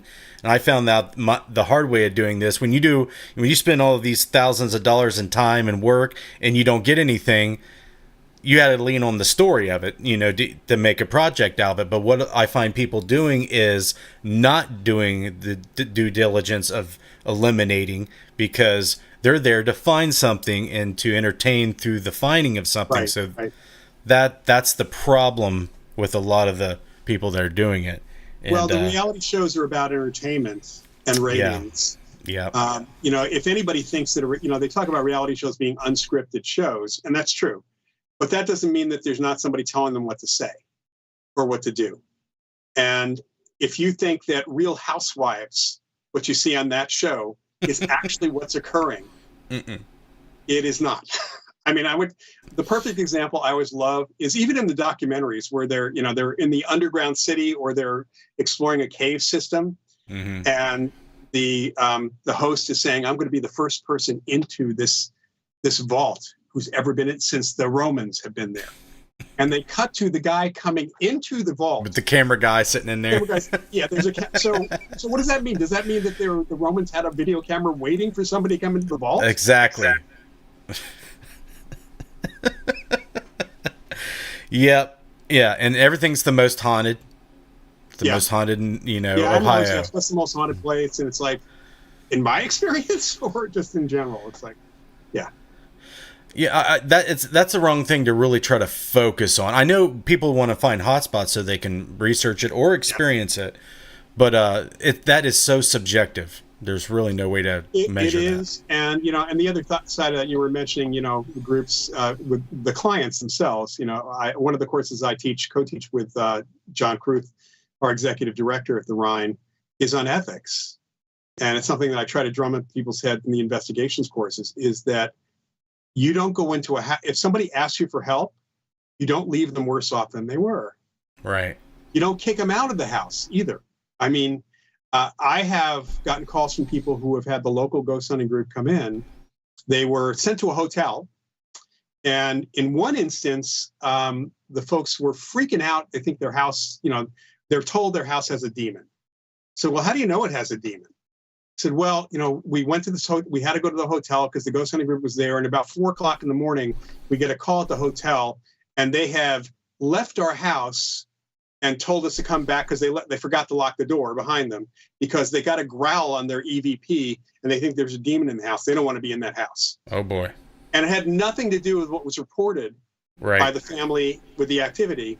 And on top of that, I think those are whiny little kids, actually. Because the growl could have, we know that sometimes people get growls from their stomachs, but more importantly, how do you know it wasn't a ghost dog who didn't like what you were doing? Yeah. So, what you're saying is what I tell people all the time. If you're going to someone's home, or if you're even go to a location to try to do research, investigate the claims only. Right. Don't go in there with the radio that's supposed to talk to the dead. Don't go in there and pop open a recorder and start asking, the generic questions you see on TV. They're going to tell you some stuff that happens. You are going to investigate that. Correct. Only. You're going to investigate that, and you're going to investigate the site itself for possible causes of those things. Right. That cause people to misperceive. I had one great case here really locally years ago where everything reported sounded like something you would have gotten in a TV show. It was many years before these reality shows. Shadows out of the corner of their eyes. They felt anxious and nauseous in one room. Bursts of fire in midair, and noxious odors moving through. I mean, there was all this stuff that was there. It all had physical. It was all physical. They had been calling universities around the area, the Bay Area. They get shuffled to the psych department. Normally, they're told they should come in for testing. 4 people living in this house, by the way, experiencing the same thing, which right off the bat should have told them that it could have been environmental or paranormal, but forget the paranormal. It could have been environmental. They could be 4 people to have the same experiences. The house was partially off its foundation, causing a floor not to be, and windows and doors not to be exactly 90 degrees, and the floor wasn't exactly level. That's where they felt dizzy. The house was on the other side of the hill from a landfill. Methane gas was seeping up occasionally and catching on fire because the house was full of static electricity because of some insulation type that they had, which was experimental, and they were directly under high tension power lines, which were not only giving off a high frequency hum, but also a low frequency hum that was causing them to see shadows out of the corner of their eyes. It was vibrating their eyeballs. Yep. So basically, they were normal, unusual, to have a house with all these things happening. The flames, the fires that were happening was because of high static electricity causing the methane gas to catch on fire. That's so cool, though. It was. I mean, that was the second case I had like that. The other was jets of methane gas coming up from somebody from the ground because the previous owner had buried garbage in the backyard. You have to look for unusual explanations, and sometimes that requires a knowledge of building structure. I've referred, one of the things I've used my EMF meter for, I have found more bad wiring in homes than I've ever found anything to do with the paranormal. And I've referred people to electricians and to plumbers. Mm-hmm. So you have to look for normal explanations. And, if you got somebody on your team who is an electrician or is a plumber, that's not a bad thing. Or a structural engineer or somebody who knows zoning laws, for example, things like that. Yep. Yeah, I think our group is pretty cool. They have pretty cool jobs. I know Derek and Missy, they were in firefighting EMT. Our Josh Bender, he works on wind turbines in West Virginia, so he's electrical. Good. Those things will come in handy way more often than you think they would. Yeah. Especially you're with Derek, he has seen a lot of stuff, and it is cool to pull from their experience, because I would have never knew anything about pulling up on a scene with horrific accidents that happen, or fighting a fire or anything like that. And even his medical knowledge as an EMT is very valuable, because you can explain so many different things about what the body does and how it reacts to certain things. It's awesome. And people like you need to help educate everybody, because we need to fight paranormal TV, folks. Let's do it together. We don't need to fight it. What we need to do is get people to recognize that it's entertainment. I know. Go ahead, That's Missy. Yeah. I have a question. Rob Hernandez said, Loyd, we have talked about PK. Do you think it plays more into the paranormal than people think? Well, absolutely. So. Yeah, absolutely. For one thing, if there is physical activity, that's PK, even if a ghost causes it. So that's one thing to keep in mind. The other is that it plays in a lot of respects, most likely on your equipment. And that includes also getting EVP and things, because we know from laboratory work that living people can affect technology. And, over the years, and I think I mentioned this to Rob when we had our conversation a while back, that I've talked to people in ghost hunting groups who tell me that they got one guy in their group who always gets EVP, wherever they go. So what that suggests is either he has a ghost that follows him around just to give him the EVPs everywhere, or there's something about that guy that's causing the EVP, if it's really EVP, not anything spiritual or so that's PK. EVP by definition is an effect caused in the device. It is voice phenomena created in the device. It's not an acoustical sound. If it was an acoustical sound, people would hear it, or it would be called voice phenomena, not electronic voice phenomena. So we have all this evidence that PK can affect electronics from living people. You need some indication there's a ghost there besides that technology. Right. You definitely do, because people aren't sitting around in their houses doing EVPs or looking at a REM pod. as they watch Right. the evening news. I think they should, personally. I think that Well, you got to get a baseline. I mean, I know it's going to freak a lot of people out to do that. Clearly, those surveys from real estate companies indicated that. But I think people might be surprised by what they might manifest themselves. yeah. I want to quickly talk about we investigated and done a film shoot at the Hill Forest Mansion in Aurora, Indiana. It's this beautiful home that the family called the Gaffs, and they used to live there, and it's been all kinds of other things. I had I want to call a psychic perception of some family members that were dealing with some trauma up in one of the master bedrooms. And the tour guide wasn't saying anything about it, and she confirmed what I was saying was true. And these things have this emotional, impact on me when I get them. So, make a long story short, when we get there, I tried to do some type of investigation or experiment with that. I set up some equipment, and I had some physical sensations and experiences up in that room. I set up some equipment, and I did a little experiment to where I kind of simulated someone late at night knocking on the door and saying hello and asking for them to come to the door. And our equipment was only going off when I do that. And I replicated it dozens of times. And then I waited to see if it was random, and it didn't.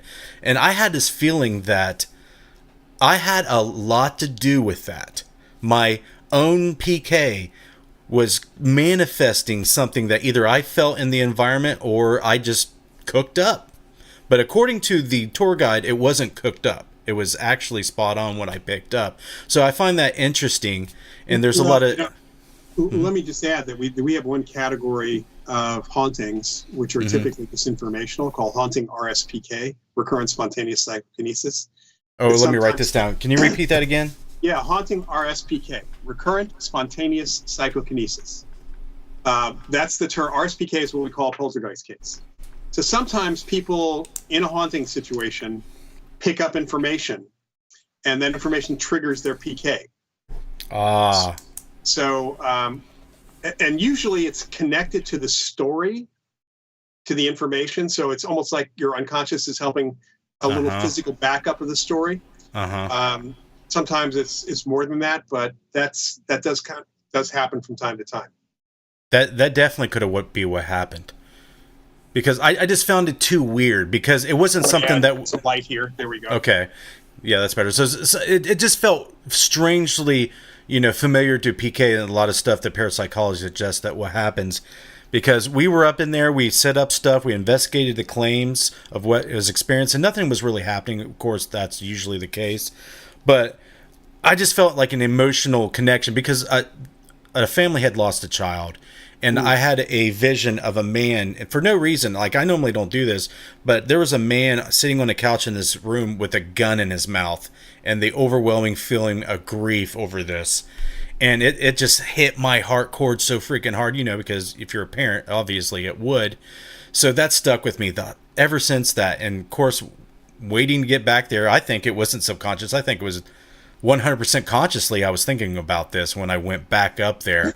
And we try to connect with these emotions when we feel them and when they come along.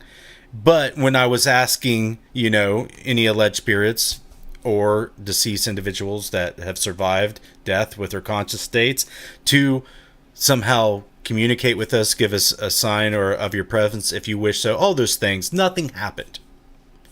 But when we went away from the room, I kind of set it up to where we were a little bit distant. Some of us were downstairs, some of us were upstairs with cameras and monitoring.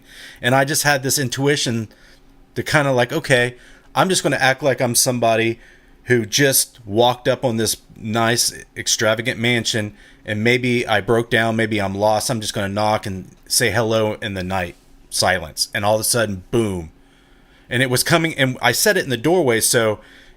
It was like, this is speculation, it was like someone had got out of the bed and came to the doorway to see if they can observe from the threshold of their door who it was. And the eeriest thing was, Loyd, I want to send you the recording if you want to take a look at it. This thing hit every time I asked hello, and then I went over to the door and knocked on it, and it even set it off even more. it was weird to me because it never happens like that. It was just so weird, and I'm like, oh, is this PK? Am I doing this? What is going on? It's so cool, But, though. Sometimes you get real cooperation if you approach the situation, if there is a spirit or ghost there, and you really approach with a cooperative mindset and a respectful mindset. We've had things happen on the USS Hornet. There was in the chief medical officer's office in the medical bay, which is one of the places people have seen apparitions over time. I was working with my late partner, Annette Martin, investigative partner, and she had a great sense of humor. She and a couple of other psychic mediums I worked with were able to trigger activity and get a lot of communication, which was really. And she started talking to this guy she called Bernie, who turned out to be a real guy, as we found out by doing some digging. Somebody who had worked on the ship as the chief medical officer once before. And I said, hey, do you think, will Bernie be cooperative? Will he play with my equipment? So I actually had two different EMF meters. This is years ago, I had a tri-field meter and a tri-field natural. And they don't pick up the same thing. No. And I asked, I said, Annette, could you ask Bernie to go over to the meters and screw with him? And she said, you can ask him. He can hear you. So I did. And all of a sudden, the needles on both of them started flickering back and forth. And this happened again and again. We said, move away, Bernie. Move back, Bernie. Now, here's the thing. I don't know that there actually was an effect. He certainly wasn't doing the same magnetic effect, because those devices don't get affected by the same thing. Right. So to my mind, he was using mind over matter, psychokinesis, to kind of finger flick the needles. Right. In that. And then that could have been me. Right. As well, except that Annette was there describing what was going on. And that's happened in a number of other places as well. On the other hand, place I investigated years ago called the Banta Inn, which is in Tracy, California, a lot of physical activity, which started occurring about 4 years after the guy died. He had been seen he was a bartender, owner, manager. He'd been seen by people coming to the restaurant who didn't know him. They saw him, they described him. Actually, one of the owners, when I got involved, was an Alameda County Sheriff's Department deputy, and he created a mug book. And people who had never been to the place picked this guy out every single time. Yeah. So that was interesting. So after a few years, he started doing a lot of physical stuff, which was very similar to what he did when he was alive. And I was interviewing people on a Friday and Saturday night. My group had a few people with me, including a couple psychics. We were doing interviews. We were staying till late at night. And on the second night, because I was a magician, I promised the owner I would do some magic behind the bar because it was a busy Saturday night. They knew we were there and we were doing the interviews. And so I did some magic. And then at one point, one guy says, hey, Loyd, if he's around, why won't he give us a sign right now? So I said, Tony, give us a sign. And I looked up to the sky, and all of a sudden the lights went out. Power went out in the building. Power went out in the whole block. And there was stunned silence. And about 2 minutes into this, a firefighter from across the street, there was a firehouse right across the street, said, don't worry about it, folks. Minor issue. A car down the road just hit a power pole. It's about to be fixed. It was very, very minor. It fixed right away. Power came on like 5 minutes later. But talk about timing. That was none of us thought it was the ghost whatsoever. Just good timing on my part. Would Carl Jung agree with you? Yeah, was that a synchronicity? That's a good question. You can't study synchronicity in the lab, so it's hard to know. I know, but that's the first thing I thought of when we talk about coincidence. That's like, how do you know? What initiated that guy to ask me at that moment? Was he aware that something was about to happen, or was I aware that something was about to happen unconsciously, psychically, or was it just simply one of those things? So I feel like, we kind of brushed on this topic, but the human mind is they find patterns and they make sense in chaos and like unrelated stimuli, whatever they say. So that could be what happened. But what is weird though is these coincidences at times seem to be uncanny or statistically impossible, because the needles moving, for example, on the EMF meters, that is not coincidence. It can't be. No. But it is awesome to hear those stories about, can you give us a sign, and the whole, I just feel like there's, like you said, there's no way to test it, but you can't stop from wondering, right. Right. Is this the universe kind of aligning for this one point? I don't know. Right. Yeah. Yeah. It's a good question. I mean, it's a really good question. And, the problem with pure materialism is that, and especially the disbelievers, I'd say Kenny Biddle it's a little bit towards the disbeliever side, but he's really in the center. Has he told you the story why he disbelieves? Yeah. Yeah. Okay. Which is, I feel, is a shame. Yeah, I know. Okay. But at least he's willing to explore things. Not always, but he's willing to explore things. A piece of him wants stuff to be real. A piece of him does want stuff to be real. Yeah. That's not the case with a lot of the pseudo-skeptics that are out there. Right. So, things don't happen on their own. The universe doesn't align to cause an object to fly across a room. No. And so what happens is the pure materialists will say, well, that didn't happen. That was, it didn't happen the way it was witnessed or the way it's described. There actually are some really interesting physics ideas and how it could have happened with some minor tweaks to physics in that moment. But, there were a couple of guys on the Skeptical Inquirer site and in the magazine who, first of all, they were both psychologists. They both said, we're going to talk about ESP and why it violates the laws of physics. And we didn't look at the data because it's impossible. So right off the bat, they're not being scientists. Right. Because they ignored the data. But most importantly is they misinterpreted Newton's laws. That was actually pointed out by another skeptic, which was really a good thing. Mm-hmm. And the problem is, there's just some news lately about the law of inertia being misinterpreted. This has been making the science news very recently. So I'm trying to read up more about that.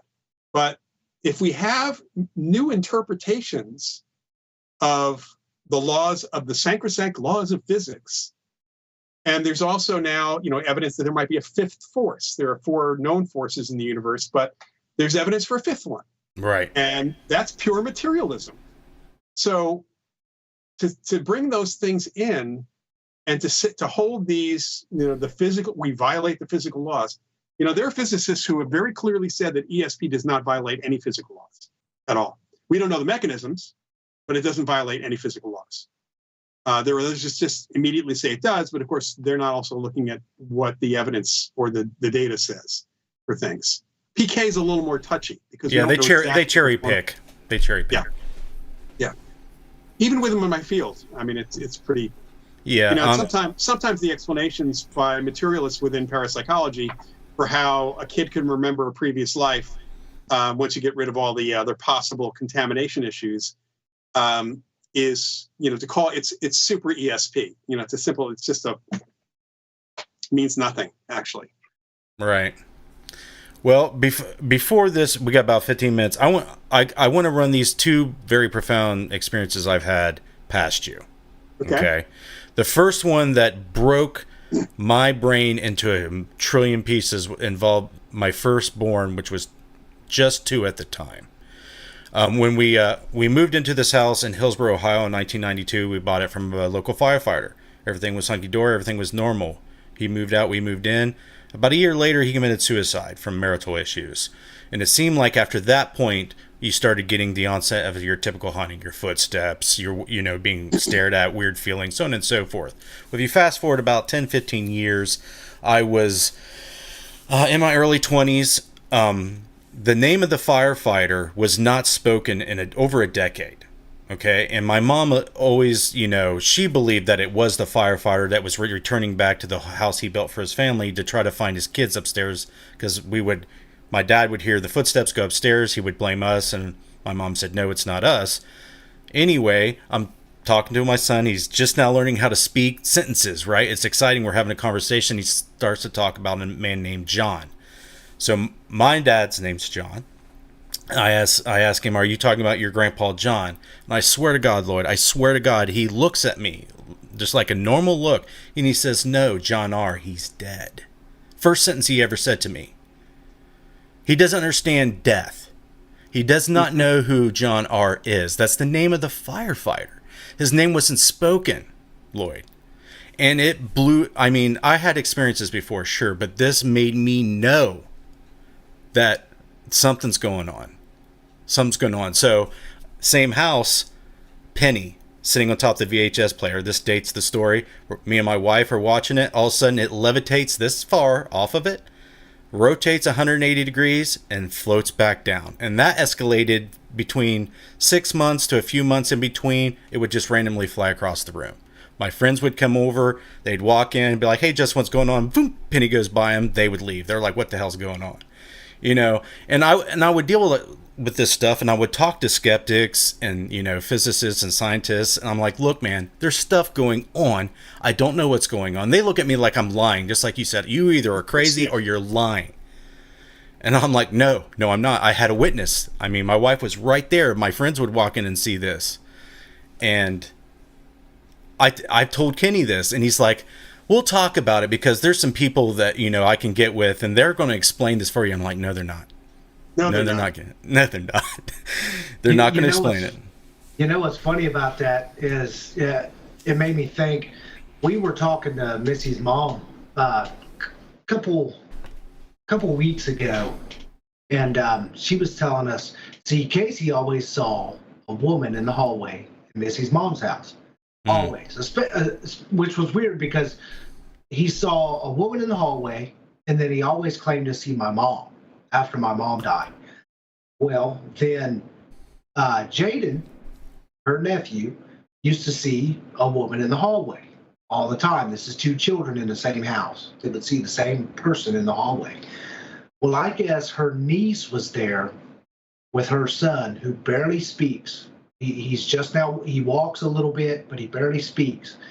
And I guess they were playing right after we left. And he was standing there and he was staring into the hallway by the basement. And her niece, Heather, she said, what are you looking at? He said, girl, dress.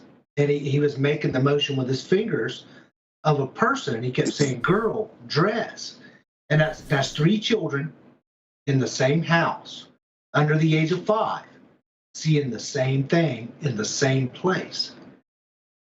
Yeah, children have less of the conditioned ability to disbelieve these things. Lloyd, is that what's going on? That's it. Kids are more psychic than adults only because they haven't been educated out of it. They haven't been trained or told that it's not real, or and that's makes a big difference in people growing up. Again, it's like back to what we were saying. If you tell your kid that they're stupid, they may eventually start believing it. And if you tell them that ESP, this stuff is not real, you don't really see that woman. You don't really see that. It's your imagination. It starts disappearing in some respects. In your case, for your experience, the penny movement, the kid, your son, picking that up, not knowing what death was, it's more likely that if there was somebody there, he explained, here's what you say to your dad. Say this, just telling the kid to say that doesn't make me feel any better about it, but I feel you. Or he just, I don't know where else he would have picked up the word dad. Yeah, I got that, but not to, interrupt you. I want you to say your piece, but that was so impactful to me, Lloyd. It was like so real and so visceral of an experience to bring home that So imagine if he had said instead, I used to be John R. Oh no. Because that's what parents actually sometimes deal with. Yes, the 2-year-olds, 3-year-olds, and 4-year-olds. What's the kid's name? James whatsoever that had the the pilot that went down in Pearl Harbor, I think it was. Leininger. Yeah. And then there's another Jim story Tucker. of the boy with that was on the Titanic. Oh, Right. I don't know that one. Jim Tucker, the University of Virginia does the bulk of really good investigative work, field research on children who remember previous lives. That goes back to 1960. And Jim Tucker is the guy on this subject. He's featured in one of the episodes of Surviving Death on Netflix. I definitely have seen it. Yeah.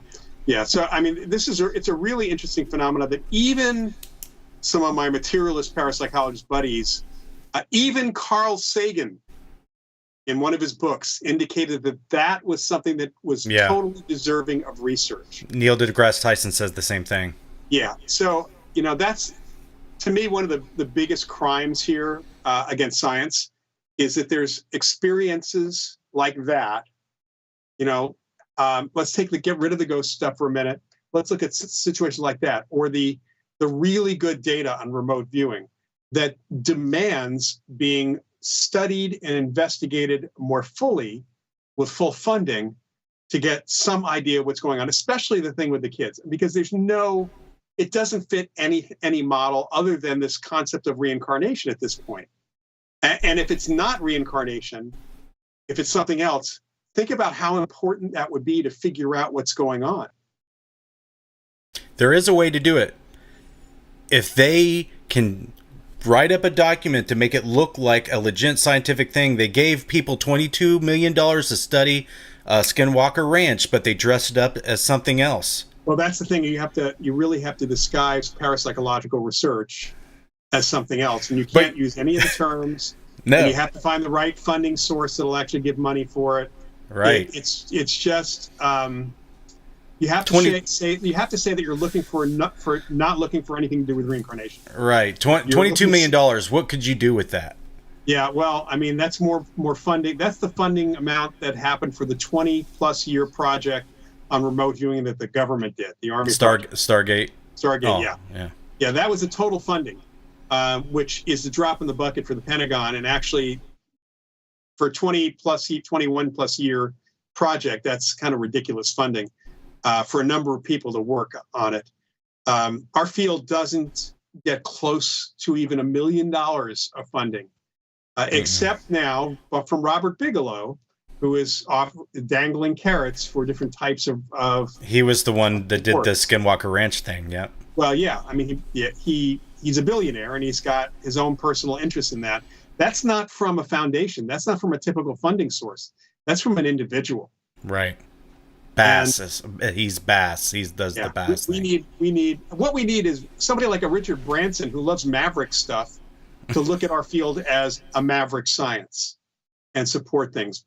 If only to piss off the rest of science. But isn't that what really needs to? I say this all the time. Don't you believe that's what really needs? We need all the resources we can get for this. We need the government's help, the taxpayers' money, and other countries to jump in on the science bandwagon of this, because what's really holding us back is funding, right? Resources. It's more money and resources, but there is serious academic prejudice in this country that has been engendered by the skeptics movement to the point, and James Randi was a major piece of that. Mm-hmm. The very fact, Kenny Biddle's talked about this, going to a skeptics conference and getting a little bit unnerved when somebody mentions a parapsychologist's names and people start giggling or start saying woo woo, things like that, because that's not appropriate adult behavior. I know, Loyd. I just feel like not everybody's going to have a paranormal experience, and especially one that is jarring enough to kind of rewire your brain, or at least give you some, reason to take a look at it. Yeah, something to make you question, maybe not what you believe, but what you think science has told, folks have told you is not possible. Right. Unfortunately, this goes back to sports and to other areas of human endeavor. People are told constantly that that's not possible. Roger Bannister broke the record for the 4-minute mile after everyone said it was not physically. I love that you referenced that. Yeah, I mean, my dad was a sports producer, TV sports producer, and I talked to a lot of professional athletes over the years, and to the coaches from some of the Big Ten schools back in the 90s, that we set limits on ourselves.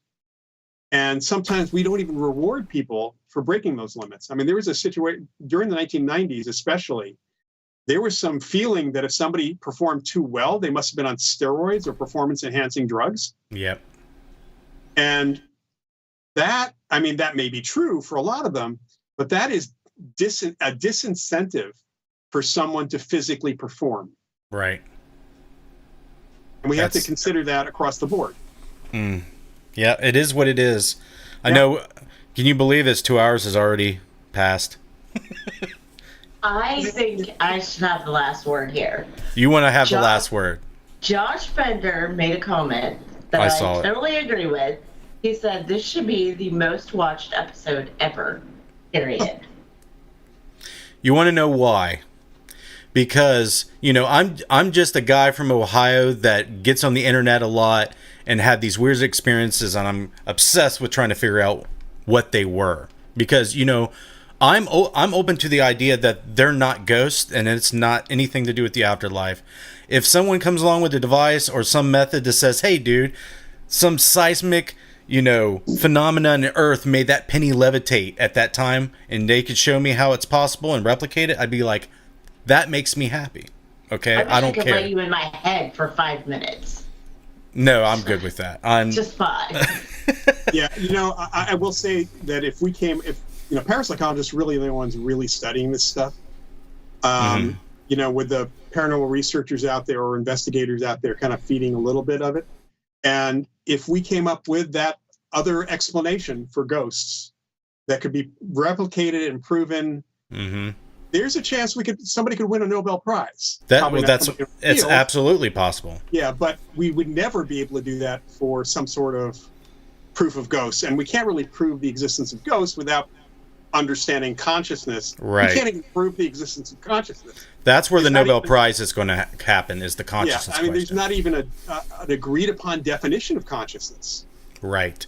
And that's a walk away from this show, is if you want to understand parapsychology and the para field, consciousness is what you need to focus on. I did want to ask you, Stuart Hameroff and Roger Penrose's theory on quantum consciousness. Do you subscribe to that at all? I think it's certainly possible. I don't subscribe to any given specific theory, but I think it's certainly possible in that way. Okay. All right. So I've told people numerous times to take a look at that, because I'm trying to take a look at that in my model for consciousness and, everything else. Is there anything you want to plug? I know I got all your links in the description. I linked it during the live chat. Is there anything else that you want to close with that you want to? I know you haven't really touched on your foundation. The Forever Family Foundation. It's simply foreverfamilyfoundation.org. It is another nonprofit, supports the work of spirit mediums in the family grieving process, as well as supporting research in looking at life after death, evidence for life after death.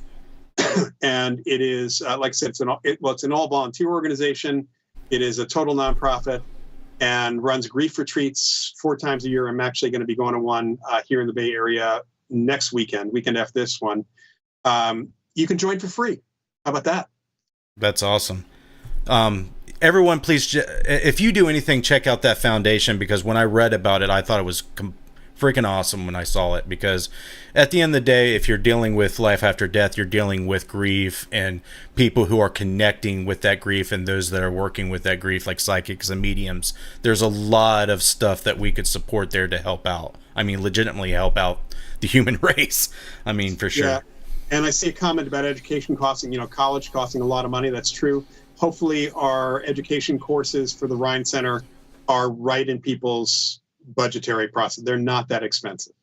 No, I think that they're fair for amount for what you're teaching. It's fair, because I'm sure, $200 or $300 did not pay for your college classes, Loyd, even in the 90s or no 80s, 70s. What 79? Is that when you first started?